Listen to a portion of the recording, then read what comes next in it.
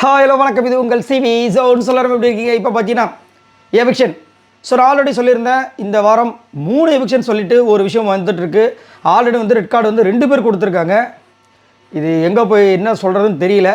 சரி, ஓகே, கொடுத்துட்டாங்க. ஸோ ஒன்றும் பிரச்சனை இல்லை, அவங்க வந்துட்டு வெளியில் போய் அவங்களுடைய வாழ்க்கையை பார்க்கட்டும். ஸோ அடுத்தது பார்த்தீங்கன்னா ஒரு எவிக்ஷன் கூட பேசிகிட்டு இருக்காங்க. மேபி அது சுபிக்ஷாவே இருக்கோ, வாய்ப்பு இருக்கோ அப்படின்னு சொல்லியிருந்தோம்.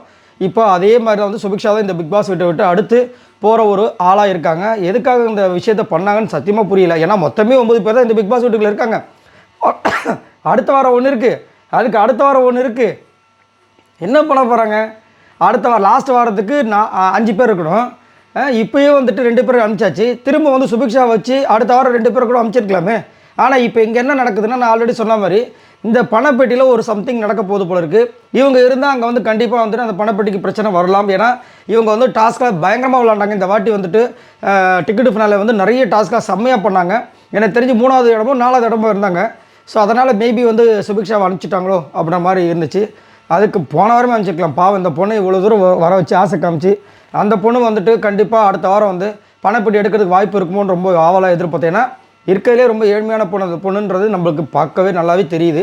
அப்படின்னு இருக்கும்போது அந்த பொண்ணு கிடச்சிருந்தா ரொம்ப சூப்பராக இருந்திருக்கும். பட் இப்போ வந்துட்டு இந்த பொண்ணு தான் இந்த பிக் பாஸ் விட்டு வெளியே போயிருக்காங்கன்ற மாதிரி ஒரு அப்டேட் வருது.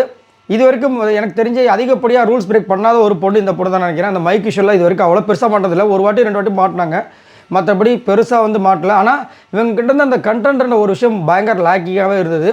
அவங்களுக்கு அப்புறமா அந்த ஃப்ரீ ஸ்டாஸ்க்கு கூட அவங்க தம்பி வந்து சொல்லியிருப்பாங்க, நீ ஏன் இப்படி இருக்க, நீ அந்த பீட் பாக்ஸிங் நம்ம நிறுத்து, முதல் நீ ஃபஸ்ட்டு வந்து விஜய் பரதத்துக்கு பேசுகிற பற்றி அந்த இவங்கள தான் சுபிக்ஷாவை தான் எதிர்பார்க்குறாங்க மக்கள் அப்படிலாம் சொல்லியிருப்பார்.